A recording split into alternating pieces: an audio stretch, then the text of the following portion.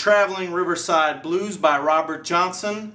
Continuing on in Robert Johnson's Volume 2, my new ebook release. This is a masterpiece that I'm really excited to present to you all. So today we're going to be discussing the ins and outs of this song. If you haven't already, check out the new ebook release on my website, www.deltalumusic.com. This is Robert Johnson Volume 2. It's a selection of 10 songs, and Traveling Riverside Blues features out of that. In order to follow along with the lesson, having the ebook and the tablature in front of you makes it very easy to understand and follow along. Okay, so for the purposes of this lesson, what we need to have together is any guitar outside of an electric guitar will do. For anything slide related, I like to bust out the Riverside guitar. Now I have a National Riverside guitar. It's an excellent choice in playing Robert Johnson's music, but for the purpose of learning, you can use any acoustic guitar, even a nylon string guitar, if that's all you have. Now, I also like to utilize plastic finger picks for my thumb, index, and middle finger. If you haven't already, check out my beginning finger picking blues videos for free on my website. And for this purpose, I like to use a brass slide, especially in Delta blues music.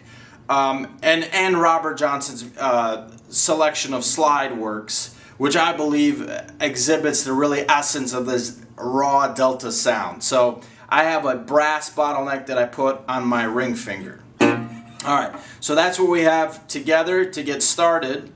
Now, the original recording that Robert Johnson plays, he utilizes a tuning that's quite high.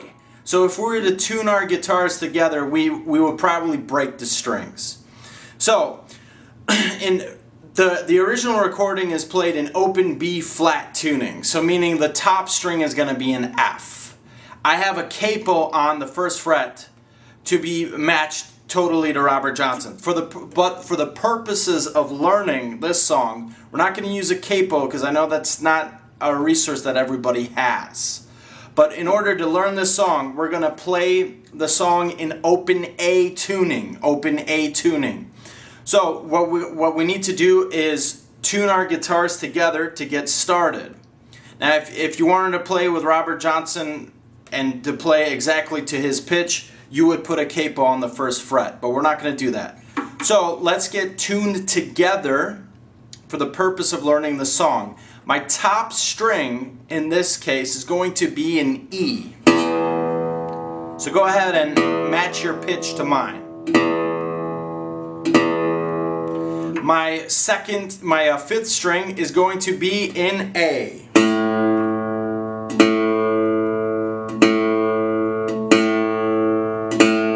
My fourth string is going to be in E.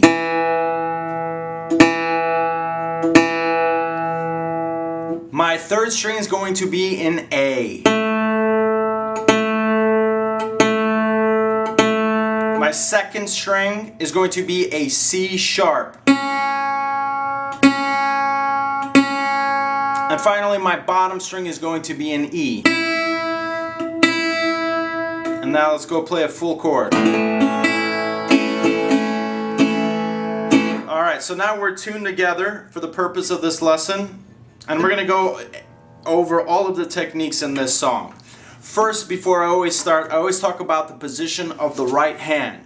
Now, like I've stated in other lessons, you want to have the outer lining of your hand, the outer lining of the palm of your hand resting gently like this.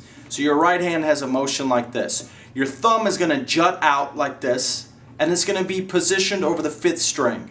This is to play a bass accompaniment as you play the song. It's there to strike.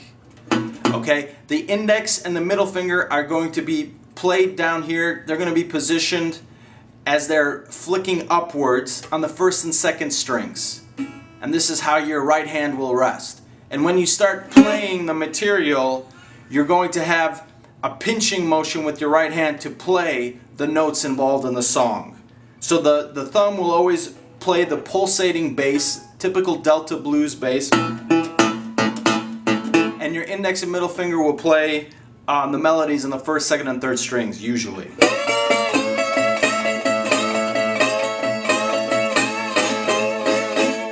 So it's that combination together in the right hand which captures the essence of Delta blues music playing.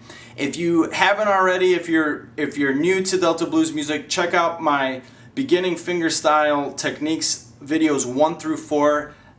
Those videos also feature a free download on my website. That's definitely a prerequisite in learning any of these songs that I have for lessons. Alright, so I've talked about the right hand. The slide is going to play a huge role in this song. And I like to utilize a brass slide, and the way that you press the slide on the strings cannot be very firm and clutching the neck. You have to have a gentle ease of tension against the strings.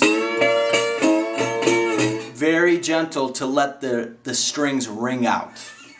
So those are some techniques that are going to be prevalent as we discuss the song. So I've gone ahead and I've played the song already, and what we're going to look at now is the introduction and followed by the verse. So let's take a little break and we'll get on to that. Okay, so the introduction is going to be played like this. The right hand is going to be positioned, as I stated before, the thumb is going to be resting on the 5th string, and the index and middle finger are going to be finger picking against the 1st and 2nd strings in an alternating motion. So the introduction, the first 2 measures will sound like this.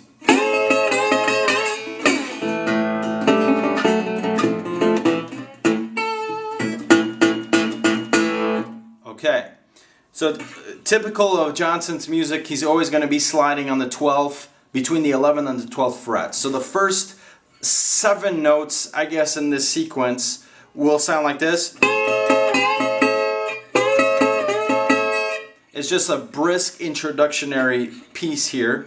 You're starting these first 3 notes on the 11th fret, 2nd string. You take your slide and you just dabble. You just lightly press against that string with a bit of ease on tension.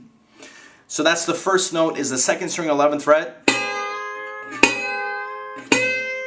And you're picking it with your index finger.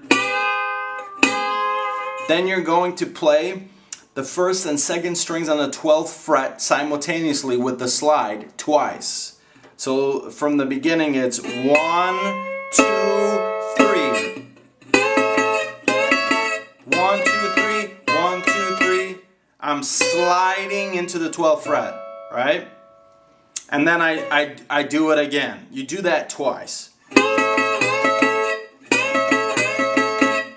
Alright, and it's pretty just fluid. It doesn't have to be note for note here. It's just a kind of a wild sliding on the 12th fret. So you play that twice.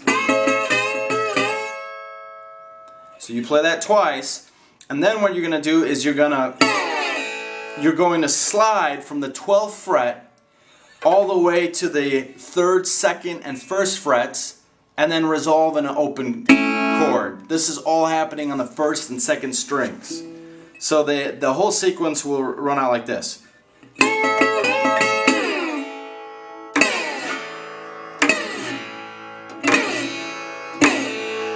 You're sliding all the way from the 12th fret, 3rd, 2nd, 1st, and open fret.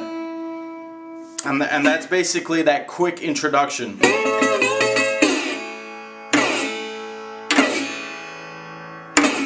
Pretty straightforward and easy. So after he does that, he briefly plays the 3rd string open, followed by the 5th string open, as a way to transition into the turnaround that's ahead. So from the beginning it's 1, 2, 3, 4, 5, 6, then 7, 8, 9, 10.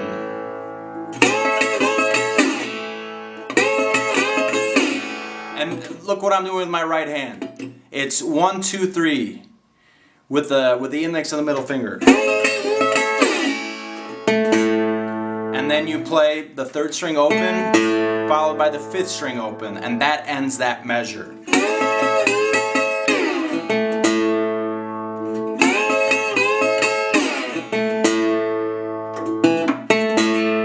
That's the last 2 notes of that measure. Pretty straightforward. This is really the essence of slide music, isn't it? On the 12th fret. That's something that reappears over and over across many compositions. So moving on to the 2nd fret, 2nd measure, what you're going to do is a typical Johnson turnaround, which happens on the bass strings over the 3rd, 2nd, and 1st frets. And he's playing this quick, this chording here. It's like playing the octaves on the 6th and 4th strings.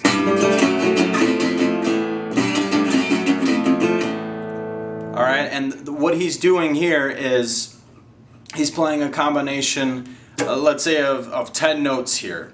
You're going to have this particular bass chording here. This bass chord, which you're going to find the index finger and find the top string on the 3rd fret. Your middle finger is going to play the 4th string on the 3rd fret. And you're going to play the top 3 strings with this chord. All with the thumb as a downstroke. So you play that first part 4 times. 1, 2, 3, 4. 1, 2, 3, 4. Then you're going to maintain that same chording and shift up to the 2nd fret with the same chording again, the same fingering, and you play in this part 3 times. 1, 2, 3. Then you go to the 1st fret, maintaining the same position. Play that once, and then you play the top 3 strings open. So all together, that sequence will sound like this. And it's just a brief, it's quite fast in nature. It's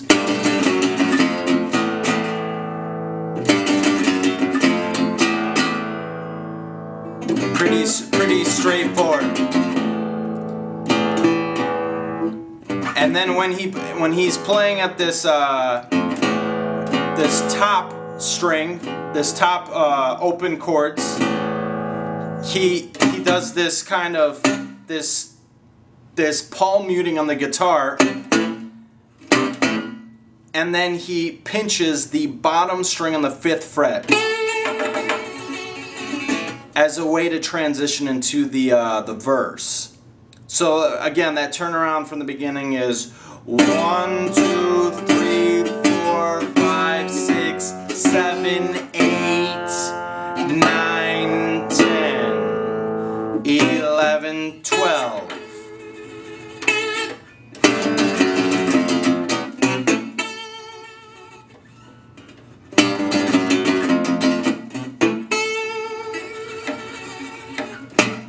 So it's about getting into that pinching motion, which will be a little bit tricky.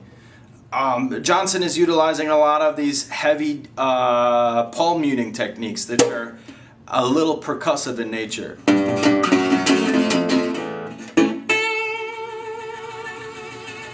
Alright, so he transitions into this pinch on the 5th fret bottom string, and then he starts getting into the verse. So now we're going to talk about the verse. So after the introduction, which goes like this.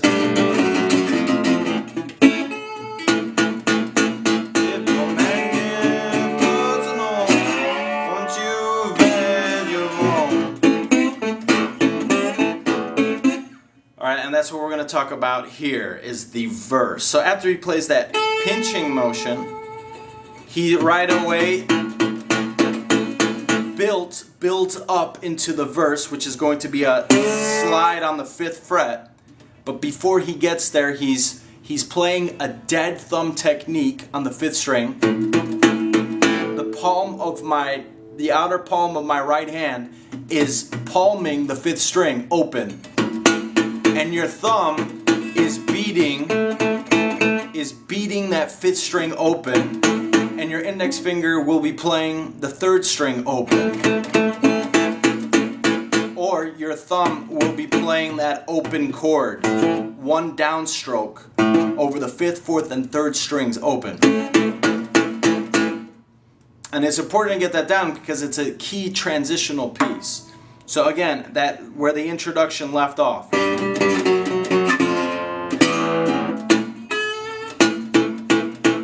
If your man get personal, see where I'm getting at there? It's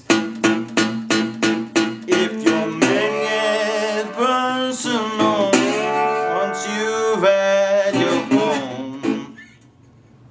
So that build up is key. You play that about, I don't know, 2, 3, 4 times. And it's the portion of the song if he says, if your man, he's saying he's playing that open sequence. If your man get, and then we're going to talk about the sliding happening here on the 1st fret. So you're going to be sliding quite heavily over the 5th fret against the 5th, 4th, and 3rd strings, and the thumb is going to be playing it. But with the slide, I'm creating a little bit of lax here. I'm not pressing it very hard, and that's the key here because you don't want it to sound muffled. If you were to press it too hard, it will be like this. You want to have finesse in that. And I'm ringing from the beginning to the end of that 5th fret when I do that. But in leading up to that, you have to start on the 3rd fret, on the 5th, 4th, and 3rd strings, and slide into that 5th fret from there. So that beginning, that in that transitional piece, in the part where he says, if your man gets personal, sounds like this. If your man gets personal, you're going from these open tones, you're sliding in the 3rd fret, over the 4th fret, and into the 5th fret. If your man get personal, once you've had your home. Alright, and that's what we're going to go over here. So, essentially he's playing this kind of hammer-on with the slide into the 5th fret 3 times. And it kicks off with the open chord. So I'll play it again. If your man get personal, once you've had your home. And in this instance here, you can slide into the 5th fret, let it ring, or keep playing on the 5th fret. There's many variations you can do here. There's a lot of maneuverability here if you want. So it's you play this kind of a sequence of 3 times, right? So again, I'll count out those parts as I play it here. So again, from the beginning. If your man get personal, once you've had your home. Notice how I'm counting that out. There were 3 parts here. 1, 2, 3. And then the 3rd part, when you do that, you're encompassing more of the strings. The first 2 parts, when you do that, was over the 5th, 4th, and 3rd strings. But that 3rd part, you're already getting down to the 2nd string. So I'll count out those parts again.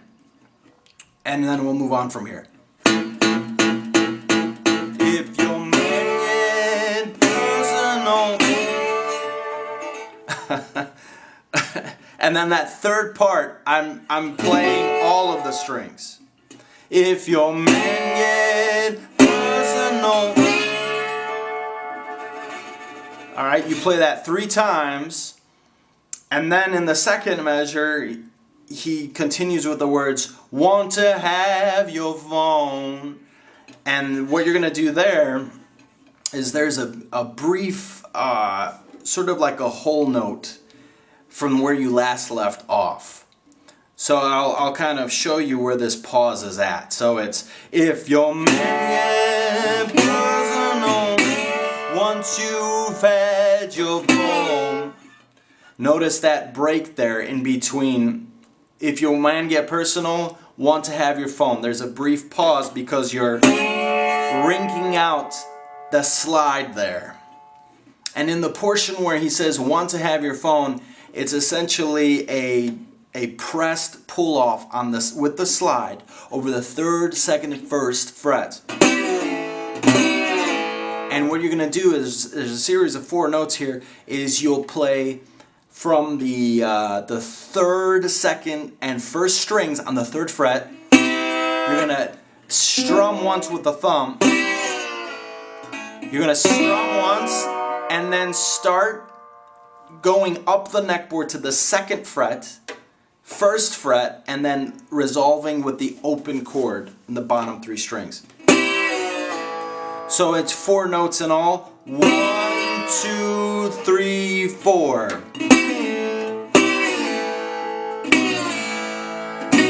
And that's something that he repeats across the song. So that measure again from the beginning, it's, if your man is personal, once you've had your phone. So again, it's, I'll go a little slower this time. If your man get personal, once you've had your phone. And in the portion where he sings your phone is when he plays that sequence. Your phone. When he sings your phone, and that's how it rings out. Timing is everything in this instance. So from the beginning, the introduction, we'll play it all together to this point. We'll sound like this. If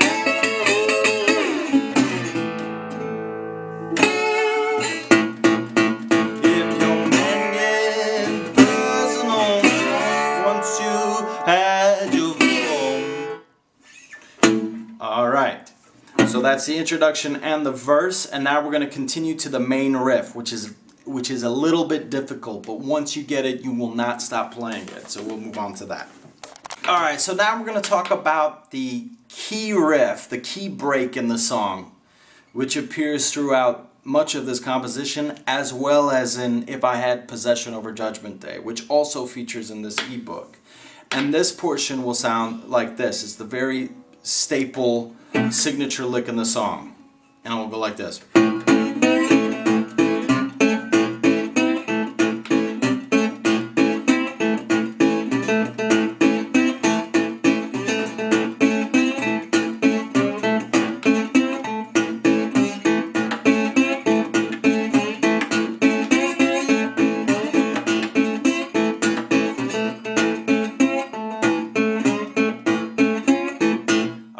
I play it a little bit differently. I get it a little bit fancy because I like to dictate the percussive accompaniment. But here there's going to be a simple breakdown. So essentially the riff, the famous riff, it boils down to 8 notes. And if you have the tablature, the ebook in front of you, it's laid out pretty straightforward. This riff is going to be a combination of open strings on the 5th and 4th strings, okay, and then your slide is going to be playing on the 3rd fret in a combination of strings over the 5th, 4th, and 3rd strings, and that's basically where the riff is going to originate from. And so there's 8 notes in all, and you can play it all with the thumb. Eventually you can incorporate an index finger once you get the finger patterns down. So, getting started, the first 8 notes. The first 4 notes are going to sound like this. You're going to play the first 2 notes here are going to be open strums on the 5th and 4th strings open. 5th and 4th strings. You'll play those 2 strings simultaneously. Those are the first 2 notes. 1, 2.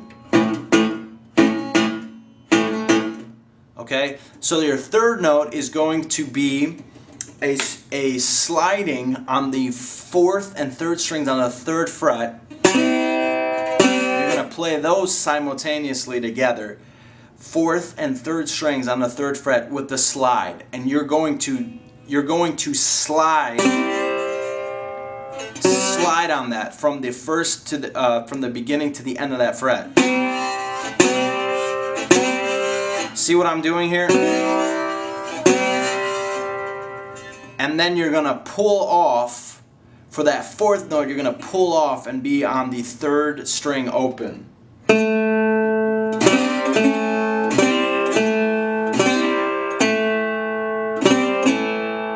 So the first 4 notes together will sound like this. 1, 2, 3, 4. 1, 2, 3, 4. 1, 2, 3, 4. 1, 2, 3, 4.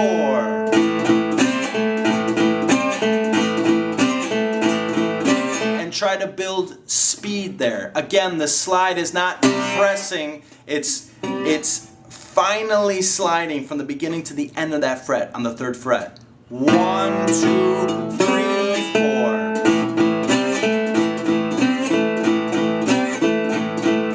And I'm playing that all with my thumb. So those are the first 4 notes. And then the next 4 notes to wrap up that riff sequence will find yourself going back to the 5th string open. And then you're going to play the 3rd string open for that 6th note there in the sequence. Then you'll shift the slide, whereas before you were on the 4th and 3rd strings, now you're going to shift up to the 5th and 4th strings on the 3rd fret and slide there for that 7th note. And then you're going to resolve in the open string on the 3rd string. So those next 4 notes will sound like this. 1, 2, 3, 4. 1, 2, 3, 4. So it's open string, 5th string, then 3rd string open. 1, 2, 1, 2. Then slide on the 5th and 4th string 3rd fret from beginning to the end of that fret, then back to the open string on the 3rd string. So it's 1, 2, 3, 4. 1, 2, 3, 4. So all 8 notes together will sound like this. 1, 2, 3, 4, 5, 6, 7, 8. 1, 2, 3, 4, 5, 6, 7, 8.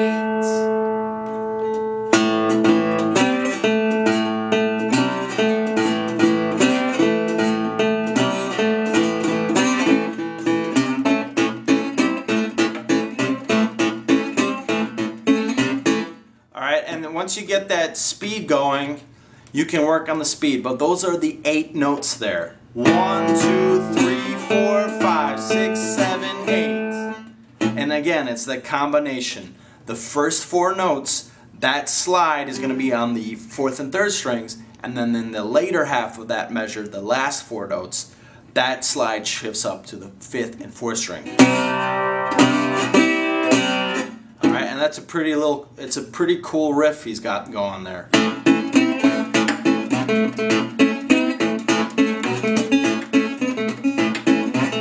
And you can kind of experiment the way that you want to apply that, but that is the basic skeleton of that riff, what I'm showing you there. So it's a careful combination of finger picking with the thumb and applying the slide over the 3rd fret. So that riff is going to appear over and over again. And if you listen to If I Had Possession Over Judgment Day, he plays the same riff, except that he doubles up on the portions over the 3rd fret.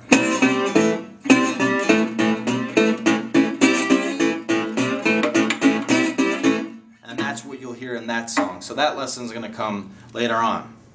So the riff is pretty key. That's something that requires a lot of practice. So then moving on onto the next page here, he repeats with the same verse sliding that we had on the 5th fret. And again he continues with, if you're magnificent,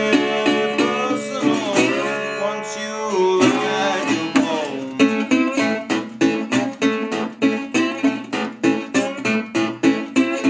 Back to the riff. If you're magnificent, once you let you go. Back to that riff.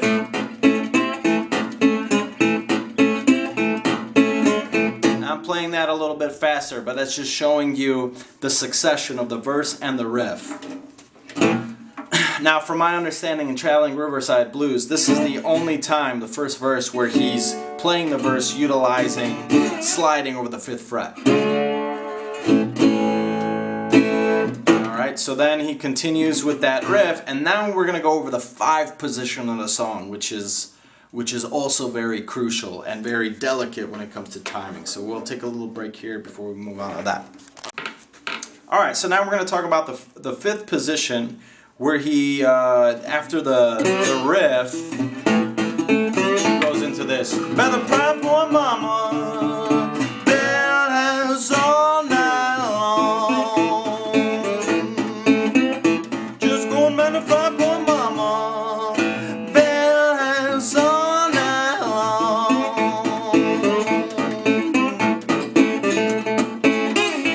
Alright, so what we're going to do here, and in the 5 position here, which is basically the turnaround on that first verse, is a very typical concept that Johnson is using here, not only in this, but in If I Had Possession Over Judgment Day. So you're playing this entirely in a slide, and you're going to be playing notes only on the 5th string with the slide. And they're going to be situated predominantly on the 5th fret, the 7th fret, and periodically on the 3rd fret. All on the 5th string. You're playing with the slide. So he leads into this verse by kind of playing 2 open strings on the 5th string. And he starts by singing, best come to fry poor mama, bell has all now. So in this instance, there's a little bit fluidity as far as how you want to sing it and apply it, because in the original recording this portion of the song is rather faint. But when you're going into this transition, like I said, the first 8 notes are going to be kind of a lead into this 5th fret, 5th string, starting with the open string on the 5th string. So you start your singing by come back, and then you position the 3rd fret, 5th string. You lead into that 5th fret, 5th string, coming from the 3rd fret, 5th string. Come back to 5 point mama. Come back to 5 point mama. And I'm playing this all with the slide on the 5th string. And then my thumb is playing the whole time, strucking these bass notes. Come back to 5 point mama. And on the 5th string, 5th fret, I'm playing, I don't know, 4 or 5 notes there. 5 point mama. And before I go that, I go back to the 3rd fret periodically. 5 point mama. 5 point mama. Back to the 5th fret. It's like you're going back between the 3rd and 5th fret on the 5th string.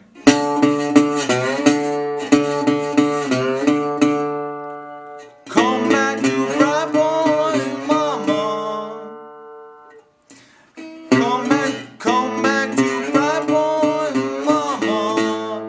And after he goes back to that 5th fret, he plays 2 strums open on the 5th string. So again, it's come back to 5 point mama. ending with the fifth string open. Come back to Freiburg, mama.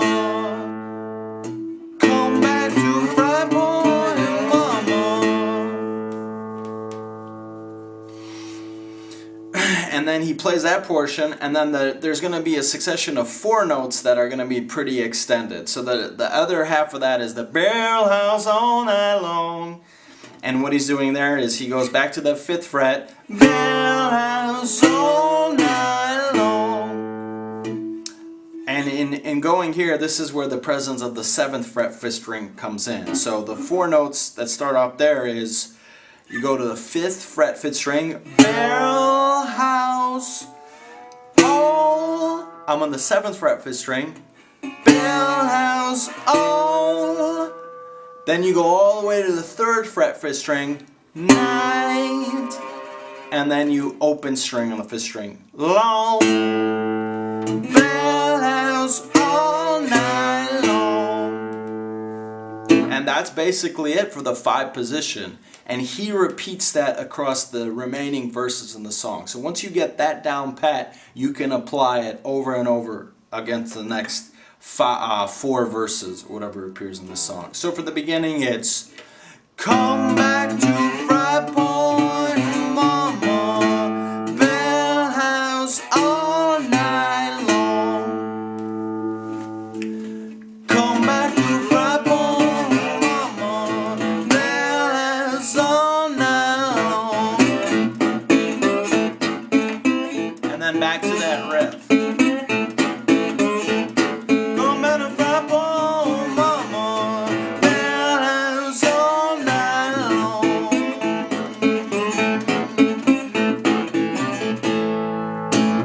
That's pretty straightforward. And in this instance, it doesn't have to be perfect note for note, because in this instance, it's a very faint portion in the song. So we've got the 5 position down, and the next thing we're going to talk about is the 2nd verse of the song, where there's heavy sliding happening on the 12th fret. So we'll take a little break here before we go to that. All right, so now we're going to talk about the 2nd verse in the song, where Johnson is already sliding over the 12th fret, the very characteristic components that feature here. And that portion will sound like this. I got women, Pittsburgh, we're going into Tennessee. I got women, Pittsburgh, we're going into Tennessee. Alright, that's what we're going to talk about here. It's very straightforward and easy. And this portion of the verse is something that he repeats across the remaining stanzas left over in the song. So once you get this down pat, everything else should be pretty straightforward. So you're going to be playing a succession here of 4 notes that repeats 4 times. And in this succession of notes, you're going to position the right thumb over the 5th string to play a dead thumb beat the whole time you're playing. And with your index finger with the middle finger, you're going to be plucking upwards on the 2nd and 3rd strings on the 12th fret. And you're going to be sliding over there. So you're going to be producing a pinching motion, which will sound like this.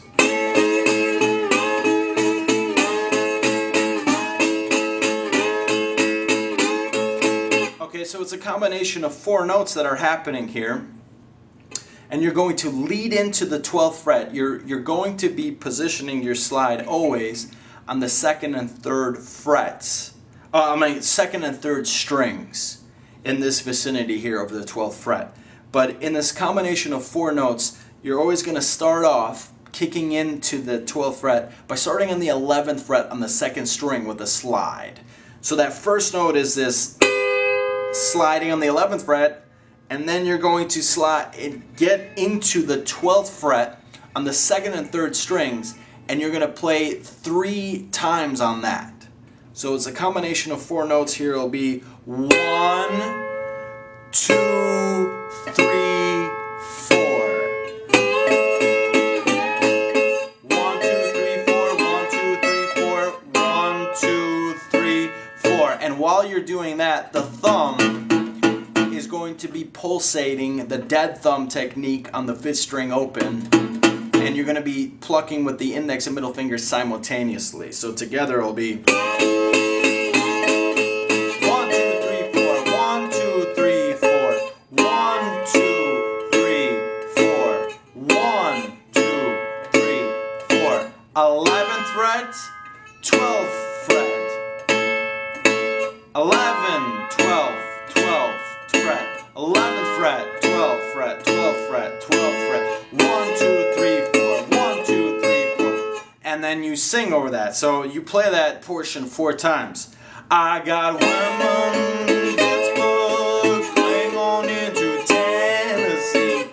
I got woman, Pittsburgh, playing on into 10. Pretty straightforward and easy. And again, you're having this light tension on the 12th fret. And after he plays in that succession there, he slides, he does this characteristic pull off from the 12th fret, encompassing the 3rd, 2nd, and 1st frets. I got woman, Pittsburgh, going on into Tennessee. And that's how he ends that verse. And right after he plays that, back to the riff. I got woman, Pittsburgh, going on into Tennessee. I got woman, Pittsburgh, going on into Tennessee. I didn't like the way she done. You know what I'm talking about. Run down my leg. Alright, so you got that combination of playing on the first, pretty straightforward and easy, back to the riff, then he plays that verse again, back to the riff, and then we go back to that 5 position. So if you're following along with the ebook, the tablature has it laid out pretty perfectly. And then he goes back to that 5 position, which we discussed. And if you got that down pat, that applies over the remaining portion of the song.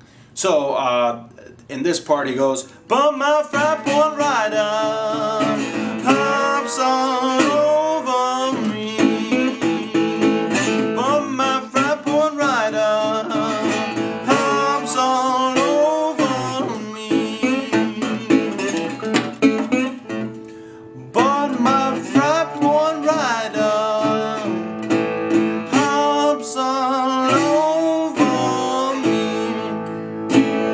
applying again the same concepts. Then back to the riff.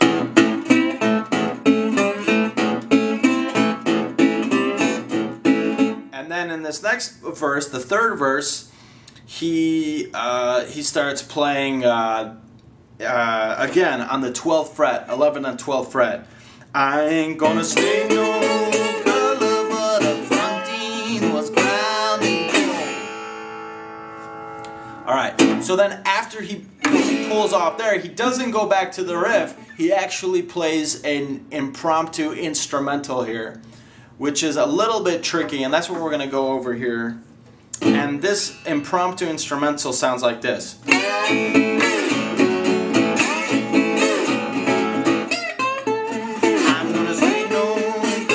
So you can clearly hear that in the song when he plays it. Again, it sounds like this.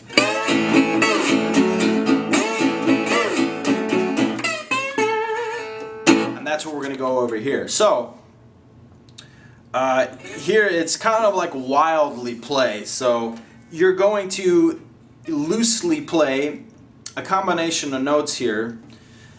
It's a combination of, let's say, 5 notes here. You're starting on this.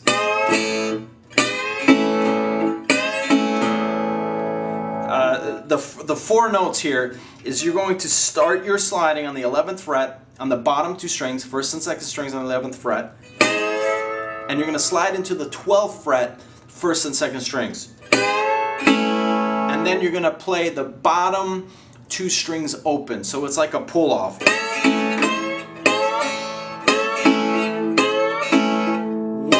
2, 3.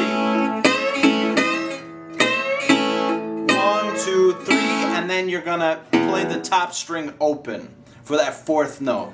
So together it will be like this. 1, 2, 3, 4.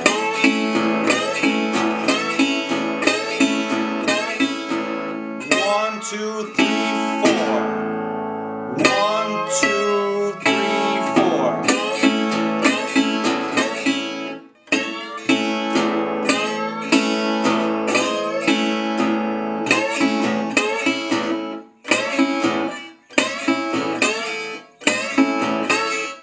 Alright? It's really strange the way that it appears in the song, but that's how it's being done. It's kind of like this choppy pull off. It's very fluid, pretty wild in its application. So you have the four notes here. The first four notes of that is 1, 2, 3, 4, and then he goes back into the 11th and into the 12th fret for that 5th and 6th note, and he stops there before he goes on to the rest of that portion, which I'll discuss. So the first 6 notes then together are like this. 1, 2, 3, 4, 5, 6. 1, so it's 1, 2, 3, 4, 5, 6.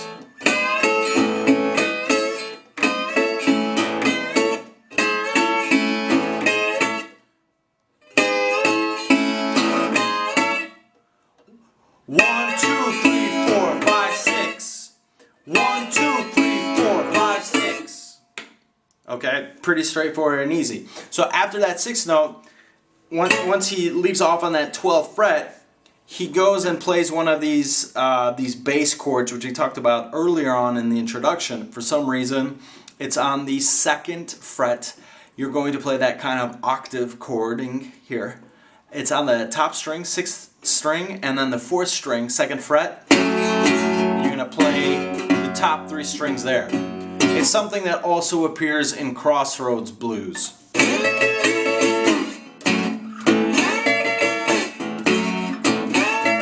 that's something I talk about in that lesson too. But for some reason, he likes to play in that position there. So this chording appears right after that sequence of 6 notes, which I just discussed. And he plays that twice before going to an open chord on the top 3 strings, the 6th, 5th, and 4th strings. So together it will sound like this. From the beginning, it's 1, 2, 3, 4, 5, 6, 7, 8, 9. And those are the 3 notes that follow after that. So it's...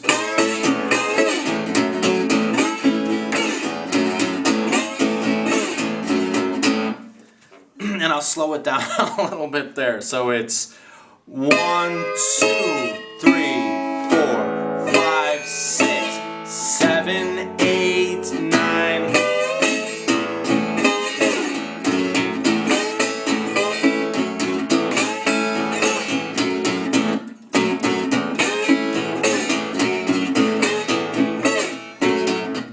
All right, pretty straightforward and easy.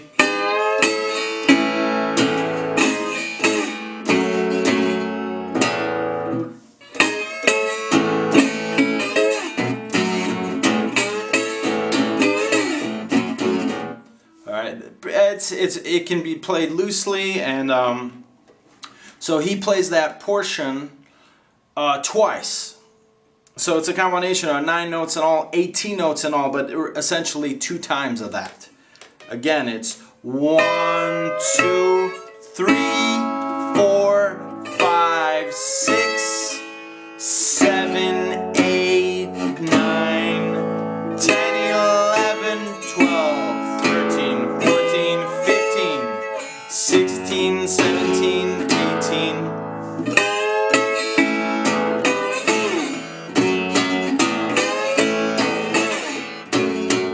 Alright, so he plays that twice, and then he ends that measure by sort of like an arpeggiated stance on the 12th fret with the slide, beginning with the 1st string and then you're moving up the strings to the second and third strings. You're playing the strings individually with the index finger. There's 3 notes there. 1, 2, 3. First string, second string, third string, all on the 12th fret. And that's how he ends that measure. So it's... And that's how he ends that measure.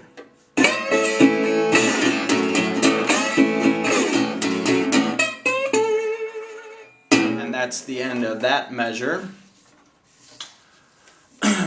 And then he goes back into the portion where he goes, I'm gonna stay home,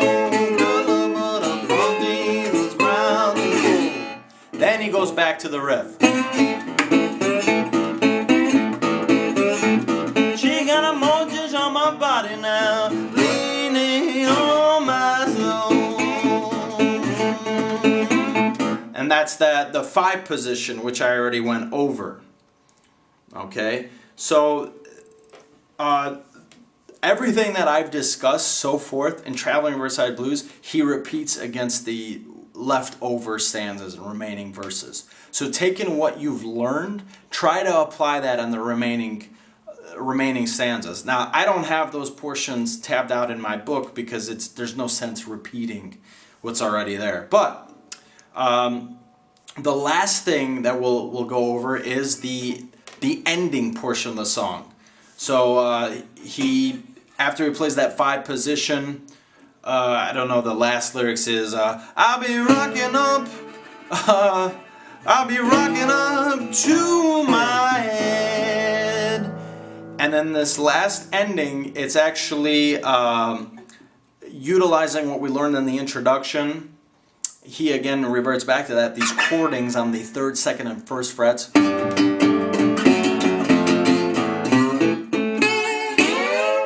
And that's what the ending is going to sound like, except in this instance it's played a little bit slower and there's a little bit more rest in between. So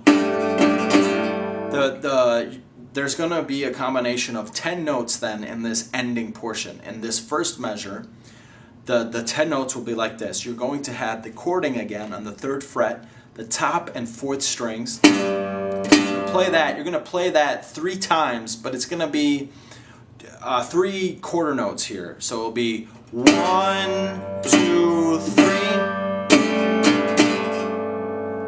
1, 2, 3. Then you'll go shift over to the 2nd fret, the 6th and 4th strings, and you'll play whatever 8th note here, and it's you'll play that 3 times. 1, 2, 3. Then you shift over to the 1st fret and you play that 3 times. 1, 2, 3, and then you play the open strings on the 6th, 5th, and 4th strings.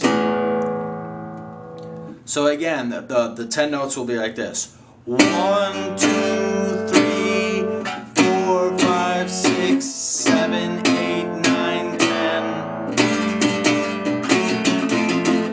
And that's how it's played.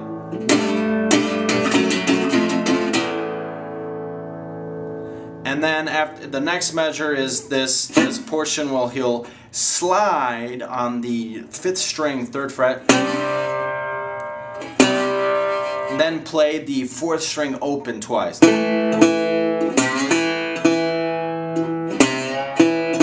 the 3 notes will be 1, 2, 3. Then you pinch on the 5th string, on the bottom string 5th fret. Kind of what we did in the introduction.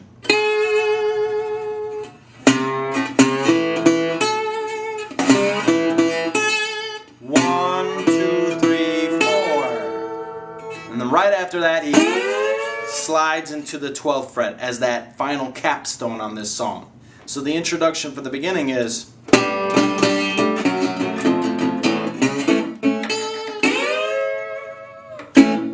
and that's Traveling Riverside Blues. So it's an excellent, excellent song. So if you were wanting to play with the original recording with Robert Johnson, with the tuning that we have now, which is open A tuning, meaning the top string is E, you will have to put a capo on the 1st fret in this situation. Now, if you were in in open G tuning, then the capo would have to go on the 3rd fret to be in tuning. The tuning is in the first string would be F, but if you were to tune regularly with the machine heads, you would just break your strings because the tension will be so high. A capo lets you play along with the original recording and the artist with ease. And I find that in these pieces with Robert Johnson, with the slide, where the slide is a feature, he's playing real high with the keys. F, F sharp, G sharp, Love in Vain is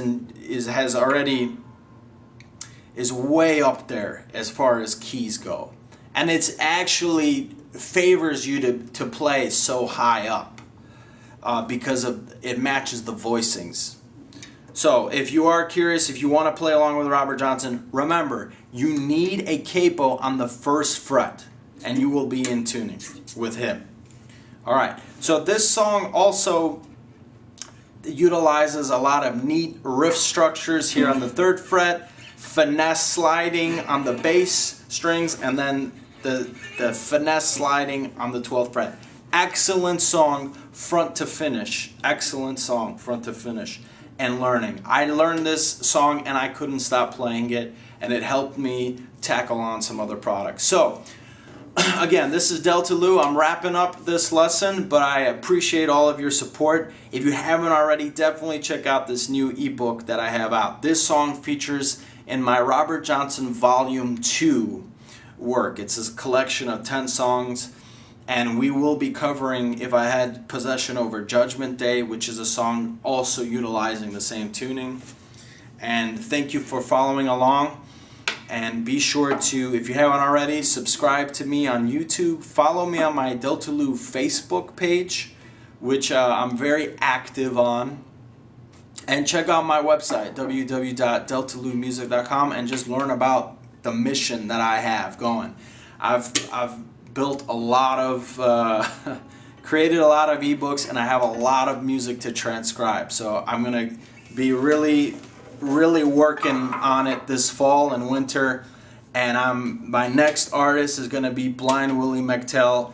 I'm going all out on McTell. I'm going to create another volume of work, probably going to be 16 songs, and I absolutely love Blind Willie McTell. It's one of my favorites, and I'm so freaking excited to be putting it down on paper, and lessons to come on that soon. So I'm Delta Lou. Thanks again, guys. I hope you really enjoyed. I really appreciate the support.